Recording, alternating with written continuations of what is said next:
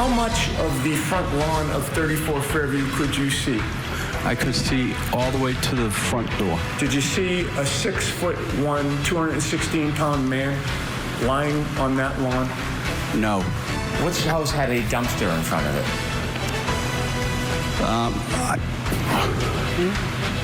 I don't know. I wasn't paying attention to a dumpster.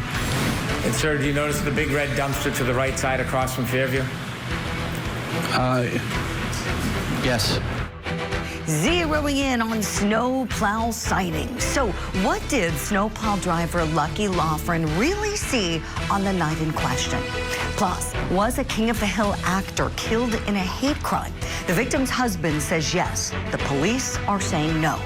We're digging deeper into the fatal shooting that took the life of Jonathan Joss. And opening statements are expected today in Counselor Cult Mom's attempted homicide trial. So is Lori Vallow Daybell afraid to face off with her niece's ex-husband, Brandon Boudreaux? And also coming up this hour, a key witness testifying that Diddy dangled her from a balcony. We'll hear about the scary incident through artificial intelligence. It's all coming up next for you right here on Opening Statements.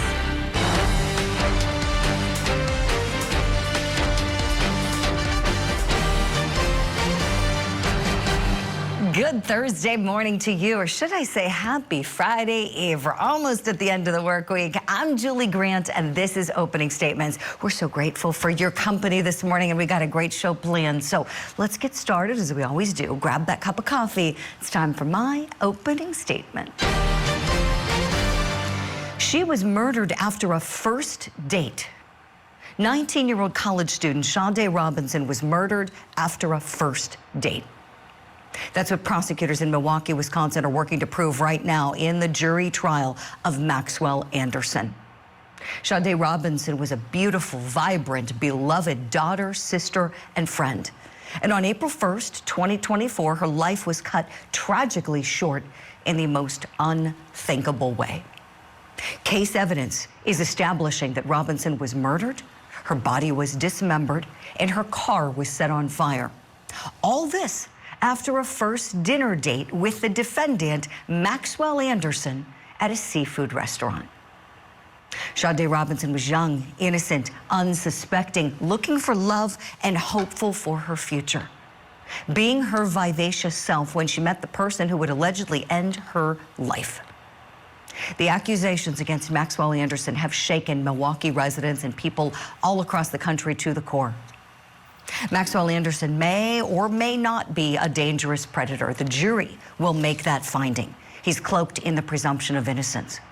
And while his trial may not be getting the attention that it deserves, given the massive interest in the trial of Sean Diddy Combs and also the trial of Karen Read, this case in Wisconsin about Sade Robinson is no less important than the others. Sade Robinson's life mattered. She deserves to be remembered and to receive justice in the courtroom. That's my opening statement. Let me know if you like it. Right now, it's time for your daily docket. The people are just going to Google it, and then we're going to have the same exact problem we had getting a jury for that case. We're going to have the same exact problem. Are you done? Are you just going to keep... Okay. How do we screen for if people have heard about you if we don't include your name? Oh, in Arizona, we've got opening statements today in Lori Vallow Daybell's attempted homicide trial. It starts up at 1 p.m. Eastern. There's a 30-minute delay imposed on us for the broadcast. This is per the court order, so we've got to abide by that. So as soon as we're able to show it live, we will do that. In New York City, we've got testimony resuming in less than an hour from now in Sean Diddy Combs' federal sex trafficking and racketeering case. And in Wisconsin, the case I was just talking about continues. The deadly first date murder trial of Maxwell Anderson. It resumes at 10 a.m. Eastern time, and we'll have updates for you on that throughout the day. Now to our top story this morning. What did the snowplow driver in defendant Karen Read's retrial see? Well, her defense team kicked off Wednesday by calling Brian Lucky Loughran, a snowplow driver who was working the night that John O'Keefe was found dead in the snow. Now, this was a key witness from the first trial. You might remember if you saw it. He testified that he never saw John O'Keefe's body on the front lawn on the night in question. How much of the front lawn of 34 Fairview could you see? I could see all the way to the front door. When you are plowing, sir, where is your attention focused? My attention is focused out the front window, to the right and to the left. Why? I am looking for pedestrians. I'm looking for residents that may be backing out, not aware that I'm there, and God forbid, animals. Did you see a 6'1", 216-pound man lying on that lawn? No.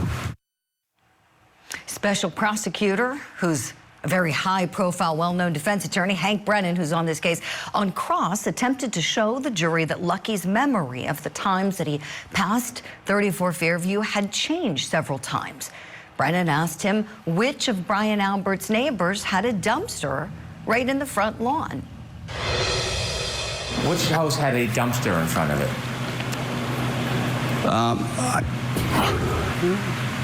I don't know. I wasn't paying attention to a dumpster. A dumpster, a 15 by 20 foot dumpster, that would be bigger than a man's body, wouldn't it? Yes, it would be. And so you have no really specific memory of the other homes in the neighborhood that night? I mean, I looked, Okay. I saw, I didn't see a dumpster that would have definitely stuck out. And sir, do you notice the big red dumpster to the right side across from Fairview? Yes. And there's a picture of it that he introduced. So the logic being, if he didn't see the big giant dumpster, how in the world would he have seen John O'Keefe's body covered in snow? So let's talk about whether Lucky Loughran helped the defense case. Let me bring in our legal eagles now. Every Thursday morning, we're so pleased to have Michael J. Brown and John Phillips on the show. Good morning to you, gentlemen. All right, so what did Lucky do for the case? Did he move the ball forward for the defense? Michael J. Brown, would you start us off, please? Good morning, John. Good morning, Julie. Yeah, I think he did. I think it's important. The fact that he didn't see the dumpster is really not significant. A dumpster is not something that would stick out in your mind. But if you did see a body, obviously that would stick out in your mind. And remember, Julie, when you were a prosecutor, when I was a prosecutor, we try to go with these narratives and we push a narrative. And their narrative is that Karen Read had struck him much earlier in the night, and he was laid out on that lawn for many hours. So Lucky, his testimony as this Plow driver is important because he indicated he passed that residence and never noticed the body. And that is counter to the prosecution's narrative. So yeah, I think that is an important piece of evidence that the defense has presented. I appreciate it, Michael. John Phillips, what did you think of Lucky Loughran's testimony? I agree with Michael, as all too common. Good morning, y'all. Yeah, so the one thing that really stuck out at me that's just a weird one is when he said, "Oh, and God forbid animals." Like, I'm looking for people, I'm looking for residents. Oh, and God forbid, I see a dead dog. But that's kind of common for Massachusetts, that kind of folkism or whatever. But again, I think this was a good witness for the defense.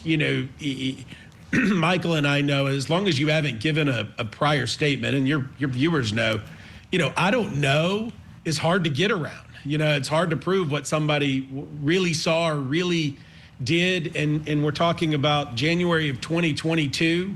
So his testimony fit with a big check mark for the defense. Appreciate it, John. I have another clip. This is from the cross. Hank Brennan challenging him on what he believes he saw. Sir, do you now remember when you were speaking to the defense investigator about seeing a car? You said that about 3:30 to 4 a.m. when you were plowing Cedar Crest Road, you looked toward Fairview Road and saw a small SUV parked in front of the house. Remember telling the PI that? I never remember telling him that. Okay, so one question we were talking about this morning, my teammates and I, is how key do we think Lucky Loughran is with the timeline of events. And so, Michael, back to you on this. As you know, the Commonwealth has put forth a lot of evidence to establish that it was at 12:32 a.m. that this event occurred, this collision event where John O'Keefe is knocked over, hitting his head. The snow then starts to fall. His phone temperature drops overnight. He's lying there and the snow accumulates. Lucky reported that his work time was 2:30 a.m., that he goes to work. It was a bad blizzard that night. I believe the records know if it was 28, 29 inches reported at the airport that night. It was incredibly bad. Michael, what do you think about whether both things can be true? Whether Lucky didn't see him, but he was there and just snow covered? 100%. Two parts, Julie, to that question. Number one is, yeah, he could be snow covered, but I think equally as important is, let's be real, and the prosecution really needs to stress this, which is, as he's driving that snowplow, he's not focusing on lawns to the left and lawns to the right. If you're driving a snowplow in the middle of the evening, 2 o'clock, 3 o'clock in the morning, number one, chances are nobody's around. You may have your radio on. You're focusing on what's in front of you. You're not really going to be looking to the left and to the right, despite what he said.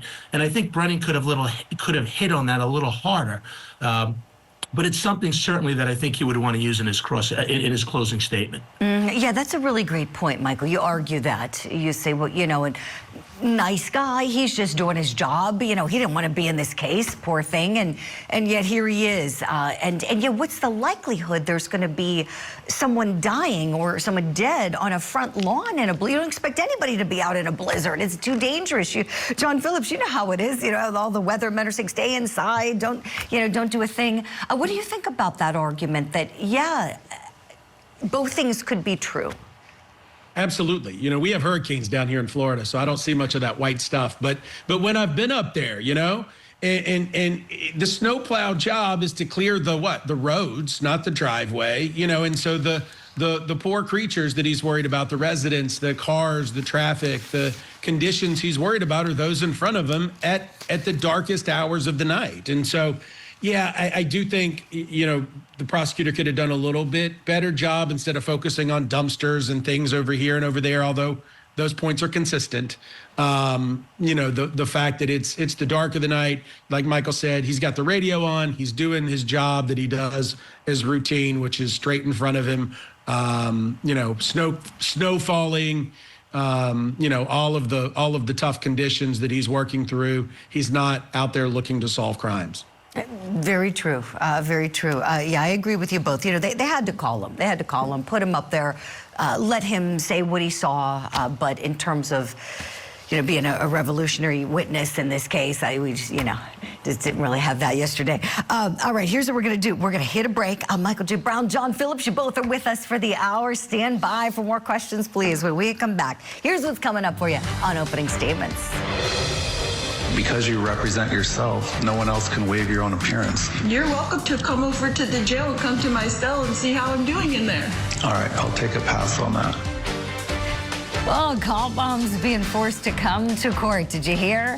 And Opening Statements begin today. We're welcoming one of our favorite judges on the program this morning. Can you guess who it is?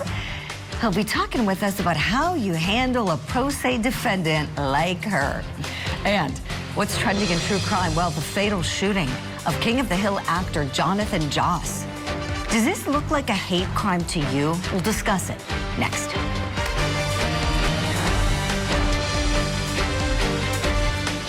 Daybell, doomsday cult mom, convicted killer, and now defendant in yet another high-profile trial. She didn't really care who she hurt. This time for the attempted murder of a former family member. Just makes you sad. And again, she's representing herself. What about the same problem? Are you done? Or are you just going to keep... Will this be the final chapter in the saga of the doomsday cult mom? The Cult Mom Conspiracy Trial. Live coverage today, only on Court TV. Welcome back to Opening Statements. I'm Julie Grant. So this morning, it's unclear what prompted the fatal shooting of a popular voice actor earlier this week. But the questions connected to his death are really what's trending in true crime. I'm not sure why John Redcorn would have that information, but no, Okay, maybe there were isolated incidents, but Dale always took precautions. So now it's incidents? Nancy, please. It's very complex. Jonathan Joss, a Native American voice actor, best known for his role as John Redcorn on King of the Hill, was shot to death near his home in San Antonio on Sunday. Police believe the 59-year-old and his husband were confronted by a neighbor moments before the shooting took place. Joss's husband claims that this man, Sigfredo Alvarez, yelled violent homophobic slurs before opening fire. But police are saying there's no evidence whatsoever pointing to a hate crime. Well, a friend of the victims told a local station there that Joss and Alvarez had a history and argued for years. So this morning we're asking, based on the facts as we know them to be this morning, does this case look like a hate crime? Let's bring back in our legal eagles, attorneys John Phillips and Michael J. Brown here on the program with us. John, let me begin with you. Your thoughts, please, this morning as to whether this appears to be a hate crime or not. Very sad, very disturbing. You know, obviously any prejudice, whether, you know, race, religion, lifestyle choices, we've just got to do better at in this country. But, you know, where we're going to find ourselves here is Tristan Kern de Gonzalez, the husband of Jonathan Joss, is the one who seems to be pointing most towards homophobic slurs. There's some arson stuff. There's a canine skull, I think, that was attributed. You know, a bunch of prior police reports. You know, that's the stuff that kind of weighs into is this a hate crime thing? You know, what slurs were said, how they were said, you know, what documented harassment they're going to be able to show versus, you know, people don't record everything. And so, you know, there could be some he said, she said, but to me, a lot of it comes down to these documented incidents. If Tristan's saying that they, you know, reported a lot of this, particularly with Alvarez, that should be what we call self-evidentiary. You know, that should be what would help prove this. And then you know, Texas can decide whether to proceed, you know, under which theory, and then the federal government can certainly join in if it's a true hate crime. Mm-hmm. Right. Great thoughts there, John. And I'm glad you mentioned something else. There's so many weird details with this, and perhaps we'll be learning more, that this couple, their home had burned down, which is so awful. Their home had burned down, and they were back at the property getting the mail. And you mentioned about the dog. Apparently, there was what appeared to be a canine skull on the property, and a harness that perhaps appeared to belong to their dog that they lost. And so they had said that they were grieving at the time, just devastated to see the sight of that. And then this argument ensued. So many awful things going on here, and that neighbor history may be key. Michael J. Brown, your thoughts, and I recognize we're asking you and John to give analysis, and we're still gathering the information as law enforcement are letting it out in dribbles, but what are the things that you're thinking about as it pertains to whether it was a hate crime or not? Yeah, I think John was spot on, Julie. So, you know, you can't look at it in a vacuum in the sense that at the time of the incident, somebody used the sexual orientation slur as he's committing the crime. That could simply be an insult as opposed to, I'm doing it because of his sexual orientation. What's more important is the overall picture.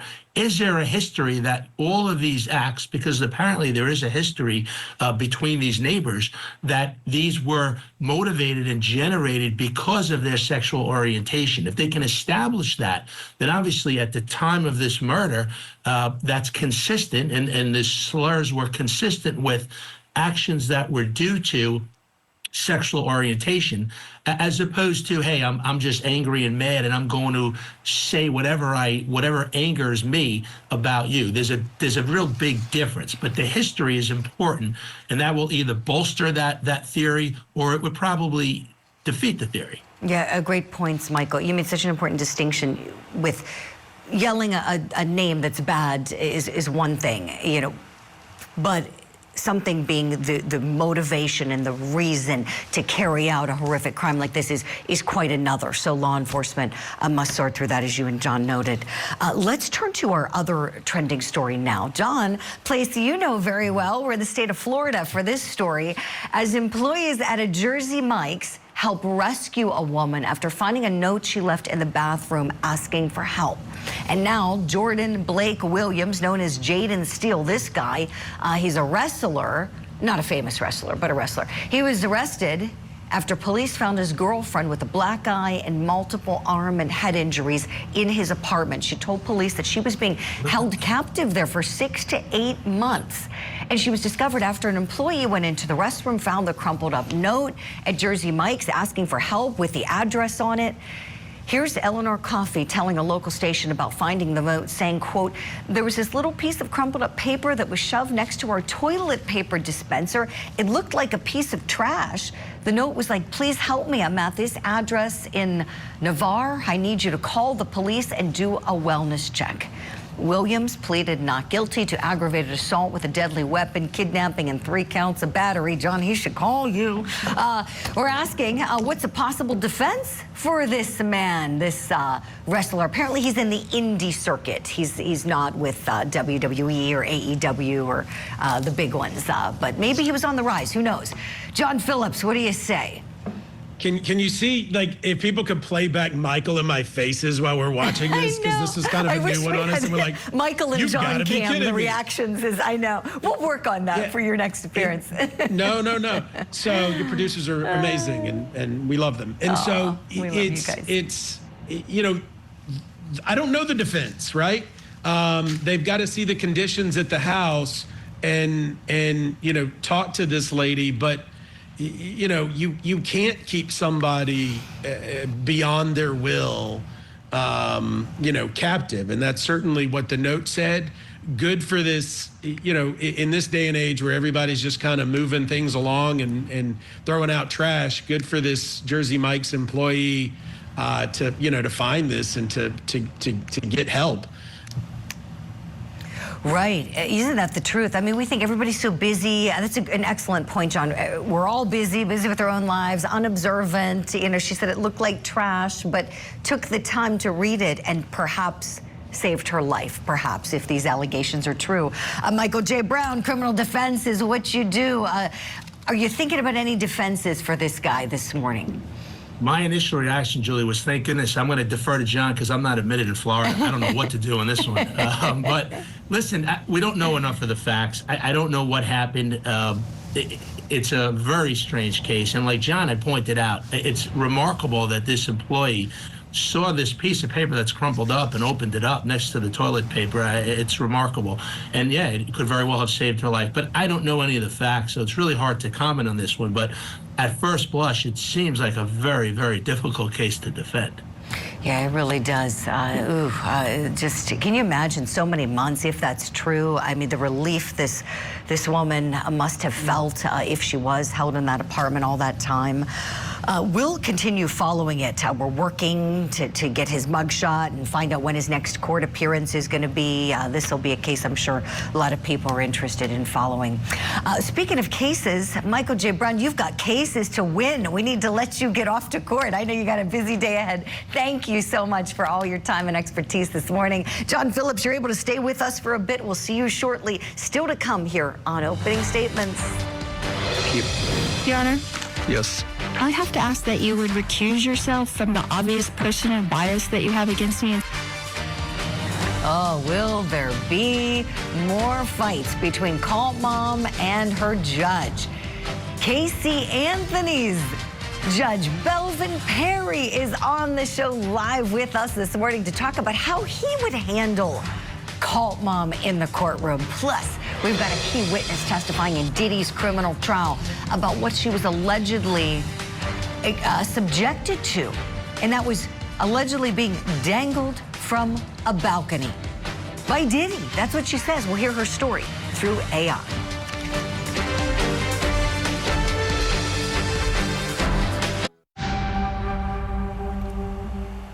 Here we go again. Convicted killer Lori Vallow Daybell back in court for her second trial in Arizona. This one is an attempted homicide case. The victim, her niece's ex-husband, Brandon Boudreaux. But this morning, the spotlight is on her attempts to avoid coming to court, which is kind of unlike Lori, right? The judge literally had to force her to show up after she said she was very ill. The court finds that the court has not been provided any objective medical information of why the defendant can't proceed today. Although the defendant expressed that she has a headache and is not able to proceed, she was able to fully advocate on her own behalf and articulate to me the reasons why she doesn't think she can proceed and seems to be of sound mind and ability to proceed. Lori, with her head on the desk, as you can see there on the counsel table, rather, is expected to return to court later today for the all-important opening statements. And remember, she's acting as her own lawyer, so she's choosing to give her own opening statement. Well, maybe she can choose to defer until after the state's case in chief if she wants, or defer it altogether and decide not to at that time. So, how does the judge handle someone like this? What's she going to do today? Is she going to come back in and continue to say that she's sick? And then what happens? What rights does she have? And how does the court have to protect those rights? We can't think of anybody better to ask these questions of than retired Chief Judge Belvin Perry, famously presided over the Casey Anthony trial. America fell in love with him, and we love him so much on this show, too. Judge, good morning. Thank you for being with us. Good morning. How you doing? Oh, wonderful. Thanks. All right. So got some questions for you. How does a judge handle a situation like this one? Number one, in that particular case, in a defendant who's trying to play sick, you generally would have standby counsel. And the reason you would have standby counsel is just in case the defendant is feigning an illness, the trial won't be delayed. The court has to establish a record that the person, one, is doing this intentionally, that there's no basis to support the sickness, and then let standby counsel proceed with the case. Generally, courts will warn the defendant that if they act up or feign any type of illness, that it could have a detrimental effect, but it will not be cause for delay. So the key component is in this, in order not to delay the trial, is appointing standby counsel. That's an excellent point. Right, Judge. Standby counsel. I wanted to ask you, please, about something else the court did in having the health unit at the local county jail do a comprehensive evaluation of Ms. Vallow and then provide a report to the court. How key is that for the judge in protecting himself in all this? It's very important because anything a judge does in a case of this nature has to be based upon facts, and the record must support it. If you can recall in the Casey Anthony case, her attorneys during that weekend claimed they felt that she was incompetent. That left us scrambling Saturday and Sunday, getting competency examinations and having those reports back so we could start court Monday morning. So it's very important that the judge has some factual basis to back up his or her decisions. Appreciate that, Judge. I'm so glad you mentioned that, because I'm sure so many of our wonderful courty friends watching at home remember that, and how sometimes you come to court in the morning, you don't know what kind of delay you could face for what reason. And Lori Vallow Daybell, at one point in time, some years ago, I believe in the year 2020 and maybe into 2021, she was deemed incompetent, but now she's back in business, as you know, Judge. She's got 4 homicide convictions under her belt. Thank God this victim on this instant case is alive, Brandon Boudreaux. Do you think that she may just not want to face him, Judge, because he is alive and knows so much, perhaps, about her? That is so true. A lot of times defendants in these type of cases, it's easier to face a victim that is not there. But when you have a defendant, a victim, who has to face that defendant and the defendant face that victim, it brings about a lot of personal angst upon the defendant. So you're exactly right. Judge, thank you for that insight. And folks should know you're in private practice now, doing a tremendous job. And so, you've done it all in the courtroom. You've been the advocate, you've been the judge. You certainly understand what kind of a dynamic can be created here. We have a clip of Brandon Boudreaux. He became a witness, as you're aware, Judge, in the case in Idaho. So let's go back to that clip. We can get a little bit of a sense of his testimony and how he might be in this Arizona case. The window opened up and I saw a gun and a silencer. And I was my window shattered. I heard a bang, all kind of in the same amount of time. And my immediate thought was just, I'm getting shot at. And instead of turning my wheel and into my driveway, I just pushed the gas and drove straight. Judge Perry, putting your lawyer hat on, your advocate hat, if you had Mr. Brandon Boudreaux as a witness to call, what do you think? Do you like what you see in terms of the way he's able to give testimony and recall the story? I think his testimony was very powerful. It was not overly dramatic. It would tug at any juror's heartstrings. And he basically narrated an event and brought the jury there. Testimony should paint a picture. It should paint a picture of what that particular victim is going through. And those snippets there puts the jury there at the scene, really in his body, have an opportunity to experience what he was experiencing at that time. Appreciate that, Judge. You're so right. Storytelling's all about transporting the jury or the judge, whomever's the fact finder, back into that event that's in question, taking them and making them feel something. You're so right. Tell me, what else are you thinking about as we get ready today for the opening statements? And Ms. Vallow wants to represent herself, and she also doesn't want this to happen today. What's on your mind, judges, that we all get ready for this? The question is whether or not there are going to be fireworks. What can happen is she can come in, she can be a disruptor and cause or attempt to cause chaos, or she can come in and be as quiet as a lamb. Those are the two dynamics, and some things in between that the judge and the audience can expect to see. You can see from the snippets, she can be very engaging. She can be a little jovial. So the question is, who's going to actually show up today in court? Oh, I love that, Judge. Which Lori are we going to get? Who knows? Buckle our seatbelts. It's all happening approximately 1 p.m. Eastern Time. The Honorable Belvin Perry, you're the best. Thank you so much for being on the program this morning. Thanks for having me. Of course. Hope to see you again soon. And coming up next here on Opening Statements, here's what we've got. What were you thinking when Mr. Combs was holding you up on that 17th floor balcony? Objection. Overruled. You can answer. For a split second, I was thinking about if I was going to fall. But for the most part, he was yelling at me, so I was trying to answer him. A scary moment described by one of Diddy's stylists in federal court. We'll hear more about the balcony incident using AI next.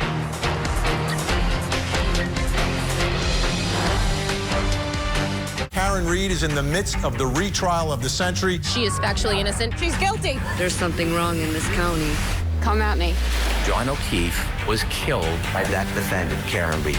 She's the victim of a corrupted investigation that was never about the truth. Another big day here at the Dedham Courthouse. Fight on. Nothing's breaking me, Matt. You'll see it all unfold right here on Court TV. The Karen Read Murder Retrial.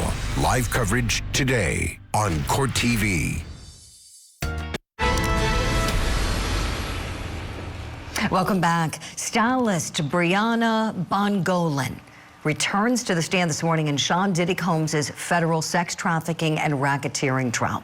Now, after testifying on Wednesday that Diddy dangled her from a balcony 17 stories in the air and then tossed her onto some furniture, She also filed a lawsuit last year accusing Combs of sexual battery.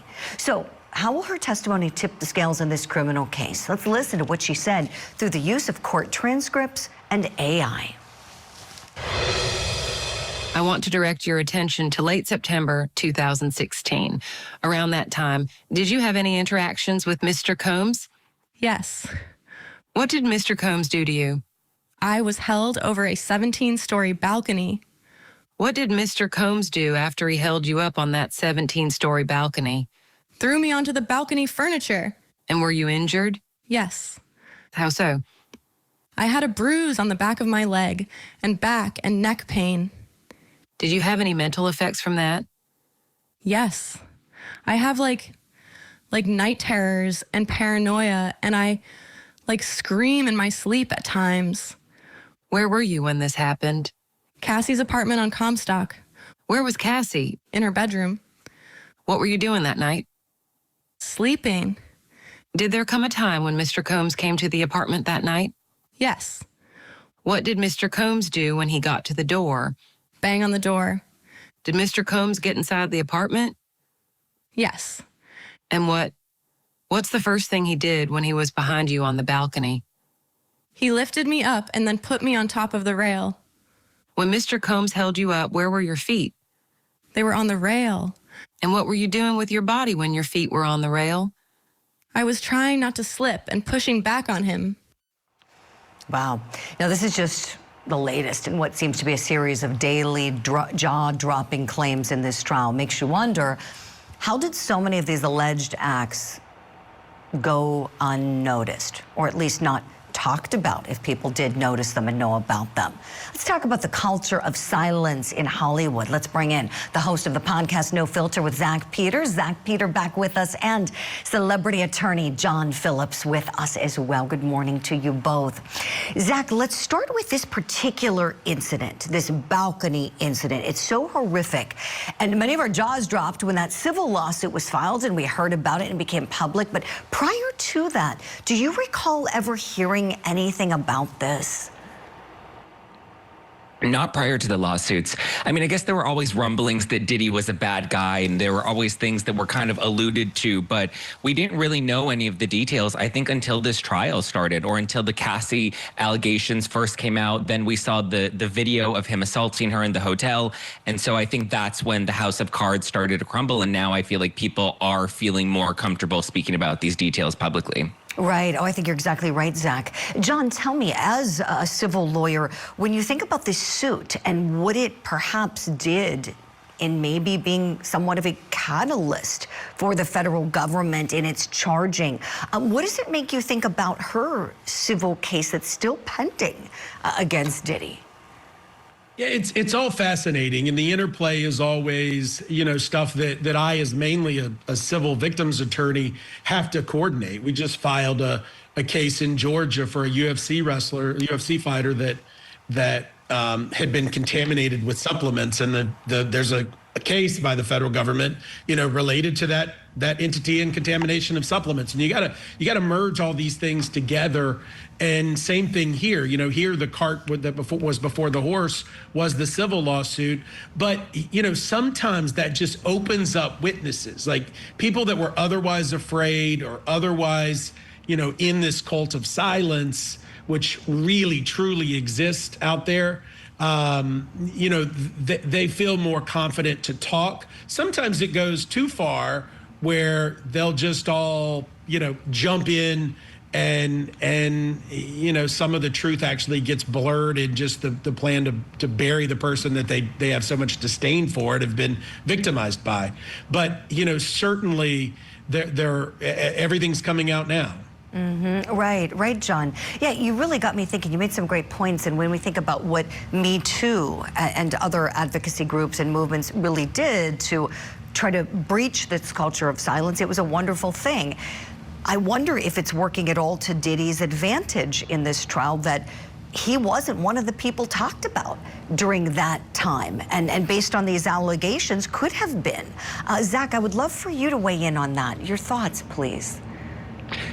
Yeah, and I also think we're in such an interesting time now, very like post Amber Heard, and obviously Blake Lively's kind of a lightning rod for the Me Too movement at this moment that, you know, I think if anything, it's maybe playing to Diddy's advantage right now because nobody did talk about it during the height of it, which is when everybody was coming out with every little allegation against everyone, you know, and even now we've seen maybe some of those details were, you know, maybe overshot, but I think the fact that people were so quiet about Diddy for so many years either shows that maybe it wasn't as bad as to the degree that we're now hearing about, or that, you know, he just had so much power in Hollywood. And we've kind of expected to hear more, I think, from this trial, at least when it came to Jay-Z or the Kardashians. Like, we expected more stars to be pulled into this, but there's something about Diddy that just has this like veil of secrecy. And there's a lot of people that are still kind of hiding in the shadows around him, which has been interesting to watch because I felt like this trial would have really popped the lid on all of that. Yes, I'm so glad you said that, Zach. I'm with you. I think so many of us, I know our wonderful courties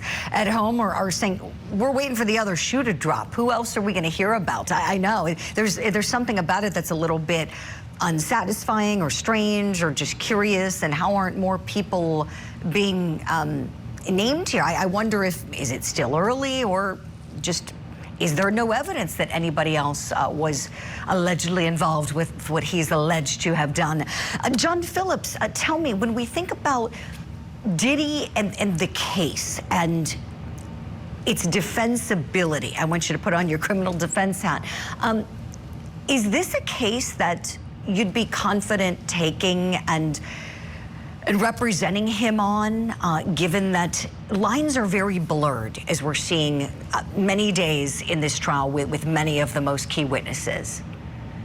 We get these calls sometimes, and you got to literally make a list. And certainly in criminal defense, you want to win. You know, you want a client that they can't prove, you know, their case against, but certainly the high-profile nature, certainly the money that comes with it, you know, is on the other side. And this is a tough case from the standpoint of defending Mr. Combs because of the nature of the allegations and the volume of allegations.